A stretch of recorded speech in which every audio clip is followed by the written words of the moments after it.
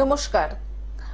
আমাদের সবাইকে ভালো থাকতে হবে, অবশ্যই ভালো থাকতেই হবে যে কদিন আমরা বাঁচি। কারণ সবসময় একটা কথা বলে থাকি যে আয়ু ঈশ্বর যখন আমাদের জন্ম দেন, বিধাতা তিনি আয়ুটা ঠিক করে দেন।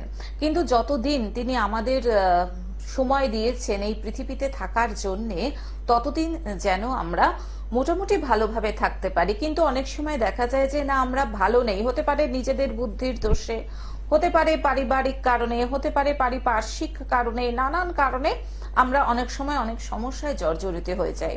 তখন আমরা ভেবে পাই না যে কি করব, বা এই সমস্যাটা থেকে কিভাবে বেরিয়ে আসবো, কিভাবেই বা আর পাঁচজনের মতন সুন্দর করে জীবনটা কাটাবো, এবং কিভাবে আমরা সুন্দর করে জীবনটা কাটাবো, কি করতে হবে। তার জন্যই কিন্তু আমাদের এই সময়ের এই অনুষ্ঠানের আয়োজন, যে মানুষটি সদা সর্বদা আপনাদের পাশে থেকে আপনাদের মনে সাহস জুগিয়ে যাচ্ছেন, এবং কেন কিভাবে, মুখের কথা বলে নিশ্চয়ই নয়, কাজে তিনি কাজে করে দেখিয়ে দিয়েছেন যে কি করে একটা মানুষকে নিচ থেকে টেনে আবার ওপরে তুলে নিয়ে আসা যায়। তিনি আর কেউ নন, তিনি পিশাচ সিদ্ধতান্ত্রিক জ্যোতিষাচার্য বর্ণব শাস্ত্রী। বর্ণবদা বিভিন্ন সময় বিভিন্ন টপিক নিয়ে অত্যন্ত সহজভাবে আমাদের বুঝিয়ে দেন। গত পর্বে দাদা আলোচনা করছিলেন লগ্ন নিয়ে, কিন্তু লগ্ন এতই একটা বড় ব্যাপার যে 25 মিনিট সময়ের মধ্যে এই আলোচনাটা সেই অর্থে সম্পূর্ণ হয়নি। আজকে দেখা যাক আলোচনাটা সম্পূর্ণ হয় কিনা, অর্থাৎ আলোচ্য বিষয়বস্তু আজকে সেই লগ্নই। এবং আপনারা যারা আপনাদের নানান সমস্যা নিয়ে বর্ণব শাস্ত্রীর সঙ্গে সরাসরি কথা বলতে চান, তারা চলে আসুন আমাদের দুটো ফোন নাম্বারে ফোন করে, 0332571255 এবং 0334008143 আসুন আজকের এই জ্যোতিষ শাস্ত্রের লাইভ ফোন ইন অনুষ্ঠানে আরো আরেকবার স্বাগত জানাই পিশাচ সিদ্ধতান্ত্রিক জ্যোতিষাচার্য বর্ণব শাস্ত্রীকে। স্বাগত বর্ণব, আরো আরেকবার এই অনুষ্ঠানে। তো আগের দিন লগ্ন নিয়ে আমি আলোচনা করেছিলাম, তো অনেক শ্রোতা বন্ধু আমাকে কল করেছেন, করে আরো ডিটেলসে আলোচনা করতে বলেছেন। আবার হাতে গোনা দু একজন শ্রোতা বন্ধু বলেছেন আমি নাকি ভুলভাল আর কি লগ্ন নিয়ে আর কি আপনাদের সামনে বলেছি, যদিও সেটা আমাদের সনাতনী ধর্মের কেউ নন, ভিন্ন ধর্মের। সেগুলো আমাকে চ্যালেঞ্জও করেছেন যে আমি নাকি লগ্ন সম্পর্কে ভুল, এবং আমাদের সনাতনী ধর্মের যে লগ্ন নিয়ে আলোচনা করা হয়েছিল গত এপিসোডে সেটা নাকি সম্পূর্ণ ভুল।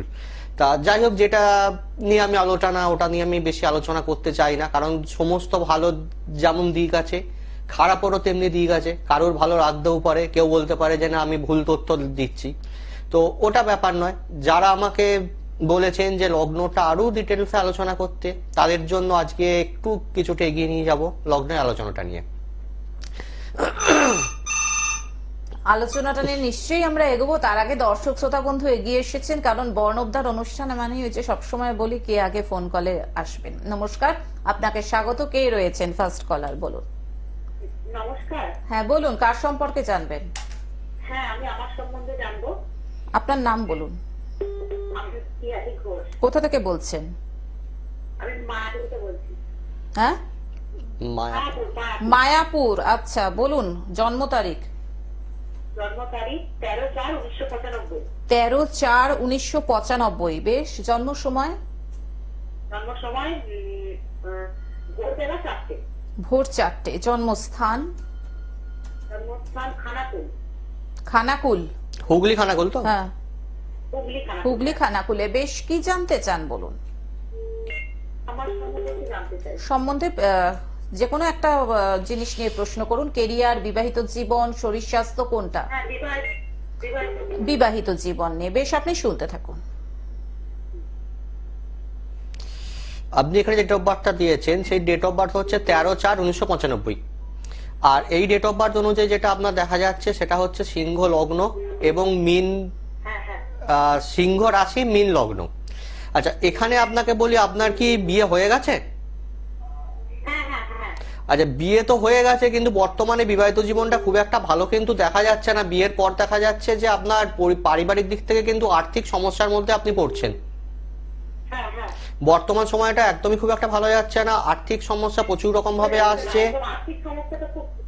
হ্যাঁ, খুব খারাপ ভাবে আছে। এবং আপনার বিয়েটা যতদূর মনে হচ্ছে 2022-এর এন্ডের দিকে হয়েছে।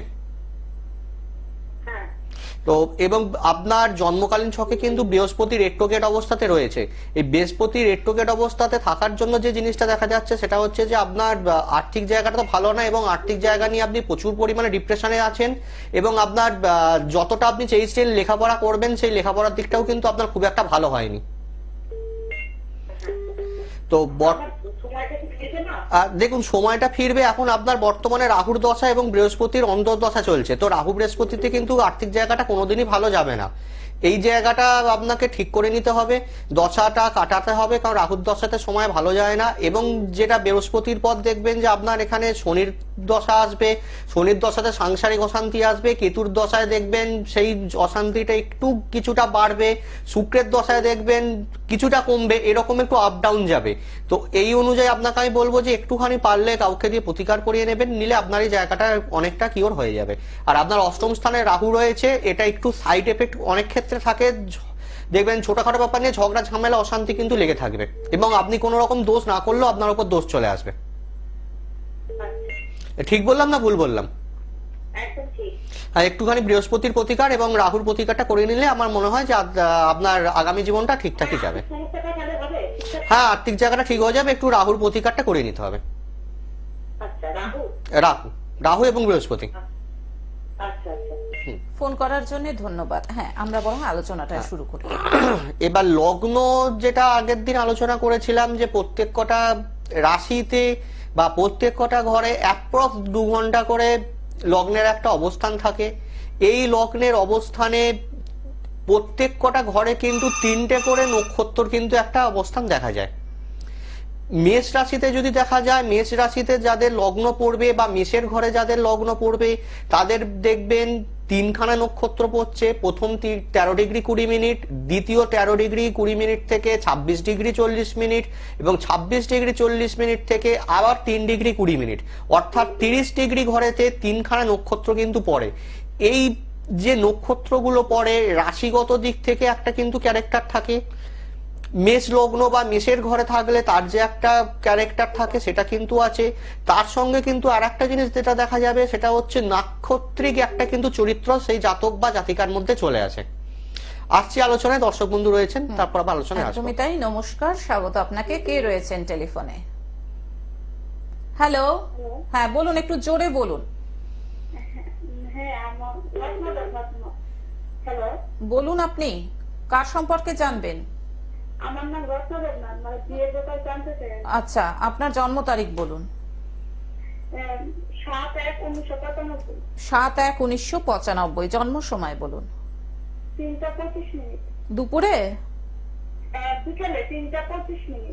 3:25 বিকেল। জন্মস্থান বলুন। ত্রিপুরায়। ত্রিপুরা। কি জানতে চান বলুন?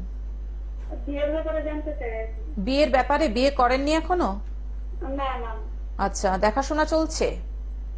না, এমন তো দেখাশোনা চলছে, কিন্তু খেলা তো আয় না, ঠিক মতন হচ্ছে না। যোগাযোগটা হচ্ছে কিন্তু সেভাবে একটা সাকসেস হচ্ছে না। আচ্ছা, আপনার এখানে যেটা দেখা যাচ্ছে সেটা হচ্ছে মীন রাশি এবং মিথুন লগ্ন।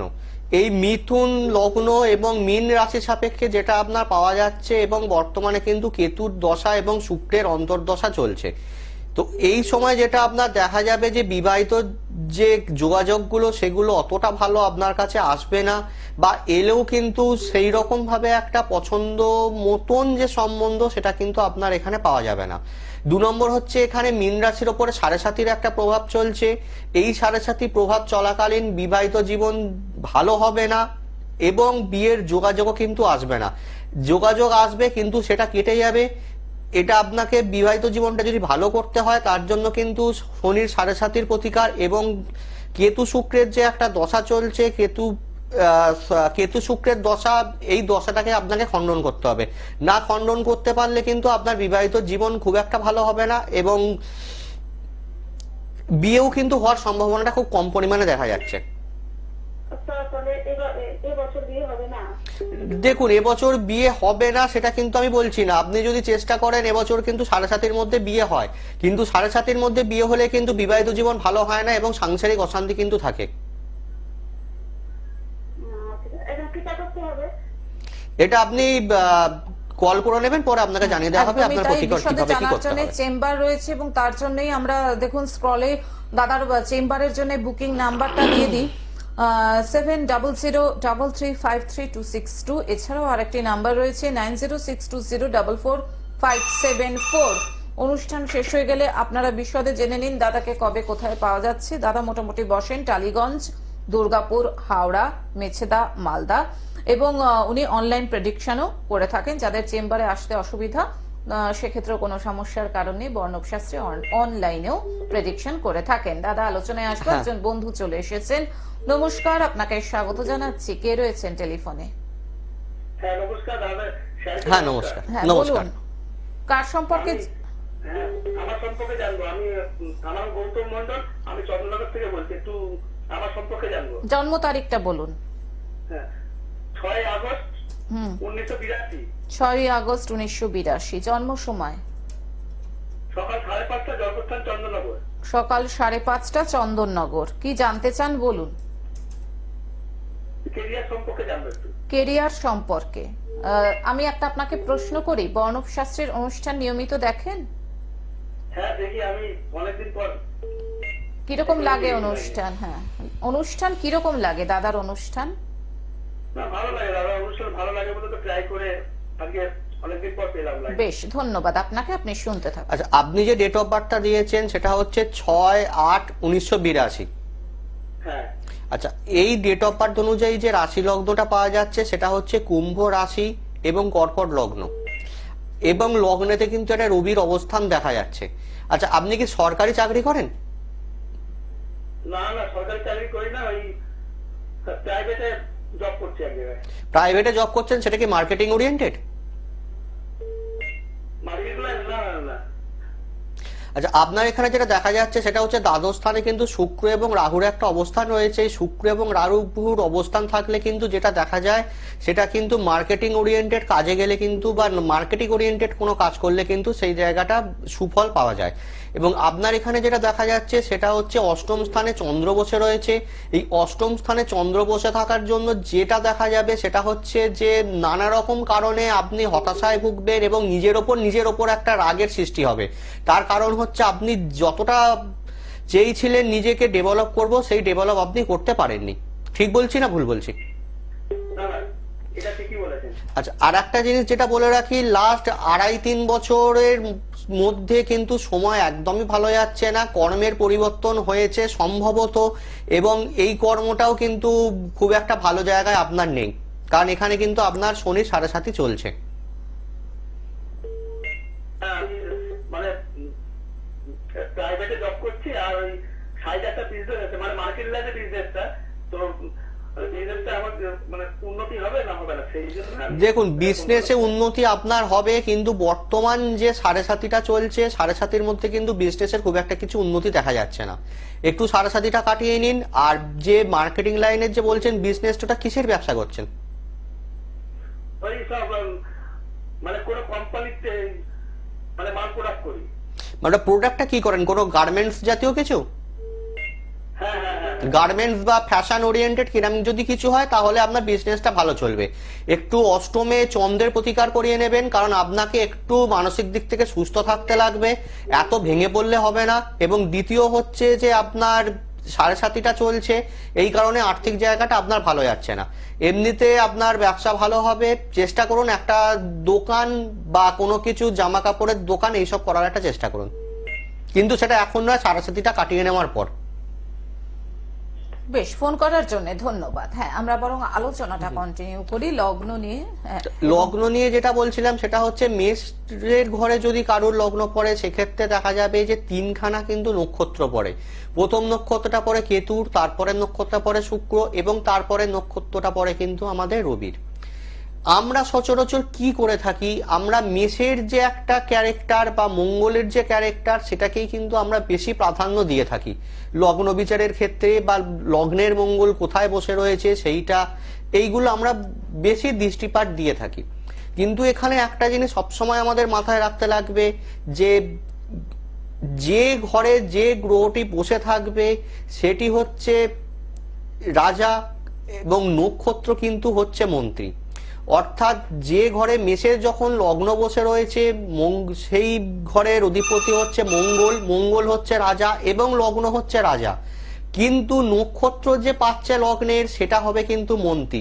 অর্থাৎ লগ্নের যে নক্ষত্র সে কিন্তু মন্ত্রী হিসেবে সেই জাতক বা জাতিকার কিন্তু একটা বিশাল ক্যারেক্টার গ্রহণ করে ক্ষেত্রে। এই জিনিসগুলো একটুখানি দেখে নিতে লাগবে। আমরা আলোচনায় আসবো। আর একজন বন্ধু এসে গেছেন। নমস্কার, আপনাকে স্বাগত। কে রয়েছেন টেলিফোনে? হ্যালো, আমি পানাগড় থেকে বলছি। আচ্ছা, কার সম্পর্কে জানবেন আপনি? আমার ছেলের সম্বন্ধে জানবো। ছেলের নাম বলুন। ছেলের নাম অরিন্দম বিশ্বাস। জন্ম তারিখ? 1990 সাল। হ্যাঁ, 10ই মে রাত 12:36। 10ই মে 1990 রাত্রি 12:36। জন্মস্থান? পানাগড়। পানাগড়। কি জানতে চান বলুন। আমি বর্তমান সময়টা জানতে চাই আর বিয়েটা জানতে চাই। বিয়েটা, তাই তো? হ্যাঁ, রাত 12:36 মানে পরের দিন কিন্তু 11টা মানে ধীরে ধীরে 36 আর কি। মানে 9 তারিখ ক্রস করে 10 তারিখ গেছে, না 10 তারিখ ক্রস করে 11 তারিখ গেছে? হ্যাঁ, 11 তারিখ বলছে। 10 তারিখ মানে 10 তারিখ রাত 12:36 হয়েছে। মানে ইংরেজি মতে ওটা হচ্ছে 11 তারিখ।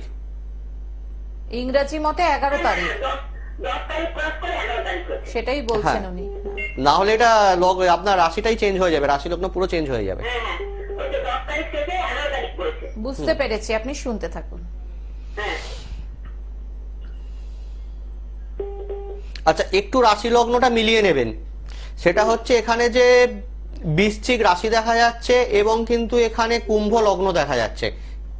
রাশি লগ্ন ঠিক আছে তো? বৃশ্চিক রাশি, কুম্ভ লগ্ন। আচ্ছা, এখানে বৃশ্চিক রাশি কুম্ভ লগ্ন দেখা যাচ্ছে। এক্ষেত্রে যেটা সাপেক্ষে, যেটা লগ্ন সাপেক্ষে দেখা যাচ্ছে যে ওনার কিন্তু চাকরির দিকটা কিন্তু ভালো, সরকারি চাকরির কিন্তু একটা সম্ভাবনা রয়েছে। অ্যাডমিনিস্ট্রেটিভ লাইনে উনি চাকরি করতে পারেন, সেটা কিন্তু বাড়ি থেকে দূরে গিয়ে হবে। এবং আপনার ছেলে কিন্তু হচ্ছে মাঙ্গলিক। এবং এখানে আর একটা কথা বলে রাখি, আপনার ছেলে কিন্তু একটু দরকারের চেয়ে বেশি কথা বলবে এবং লোকের কাছে কিন্তু কথা বলার মাধ্যমে কিন্তু শত্রুতার শিকার হবে। ঠিক না ভুল? আচ্ছা, সেক্ষেত্রে একটুখানি ভেবেচিন্তে লোকের সঙ্গে কথা বলতে বলবেন। এবং আর একটা যেটা ওনার মধ্যে বৈশিষ্ট্য দেখা যাবে, চারিত্রিক বৈশিষ্ট্য, সেটা হচ্ছে উনি কথা শোনেন না, তার আগেই উত্তরটা দিয়ে দেন। ও নয় নয় হ্যাঁ বলুন, নয় না বলুন। হ্যাঁ, ও বলে কিছু হয় না, নয় হ্যাঁ নয় না। আচ্ছা, এখানে আর একটা জিনিস যেটা বলছি সেটা হচ্ছে যে যেহেতু এখানে বৃশ্চিক রাশি পড়েছে, বৃশ্চিক রাশি কিন্তু একটা মেডিকেল লাইনে কিছু কাজ বা কার্যকলাপের সঙ্গে ইন্ডিকেট করে। উনি কি মেডিকেল লাইনের সঙ্গে কোনো রকম ভাবে যুক্ত? আচ্ছা, এখানে যেটা দেখা যাচ্ছে যে উনি কিন্তু দ্বাদশে কিন্তু শনি এবং রাহুর একটা অবস্থান রয়েছে এবং শনি সক্রিয় রয়েছে। দ্বিতীয় স্থানে কিন্তু এখানে নিচস্থ শুক্র রয়েছে। শখ শৌখিনের দিকে কিন্তু একটু বেশি টাকা উনি খরচা করে ফেলেন। আচ্ছা, এবার বলুন উনি বর্তমানে কি কাজ করেন? হ্যাঁ, অ্যাডমিনিস্ট্রেটিভ লাইনে কিছু? ইলেকট্রিক্যাল। ঠিক আছে, মোটামুটি আমি আন্দাজি এখানে দেখেছিলাম যে যখন মঙ্গল এবং রবির পজিশন খুবই ভালো, সরকারি চাকরি করারই ওনার পক্ষে সম্ভব রয়েছে। আচ্ছা, এখানে আর একটা যেটা ওনার পক্ষে যেটা খারাপ জিনিস দেখা যাচ্ছে সেটা হচ্ছে যে নিচস্থ শুক্রের একটু প্রতিকার করাবেন। আচ্ছা, বুধদা কিন্তু রেট্রোগেট রয়েছে। নিজের পছন্দে বিয়ে হওয়ার সম্ভাবনা কিন্তু প্রচুর পরিমাণে বেশি, কিন্তু বিবাহিত জীবন খুব একটা ভালো নয়। আর এখানে কিন্তু চন্দ্রটা কিন্তু নিচস্থ চন্দ্র কিন্তু খুব একটা ভালো, কিন্তু ওনার মানসিক দিক থেকে কিন্তু খুব একটা ভালো ওনাকে সাপোর্ট দেবে না।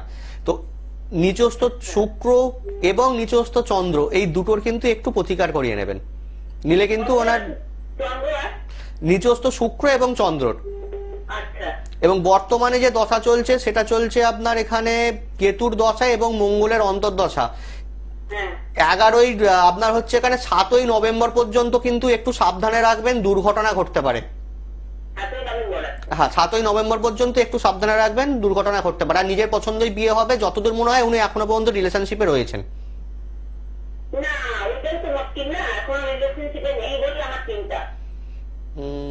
আমার এখানে কিন্তু দেখা যাচ্ছে রিলেশনশিপে উনি রয়েছেন। সে ঠিক আছে, অসুবিধে নেই।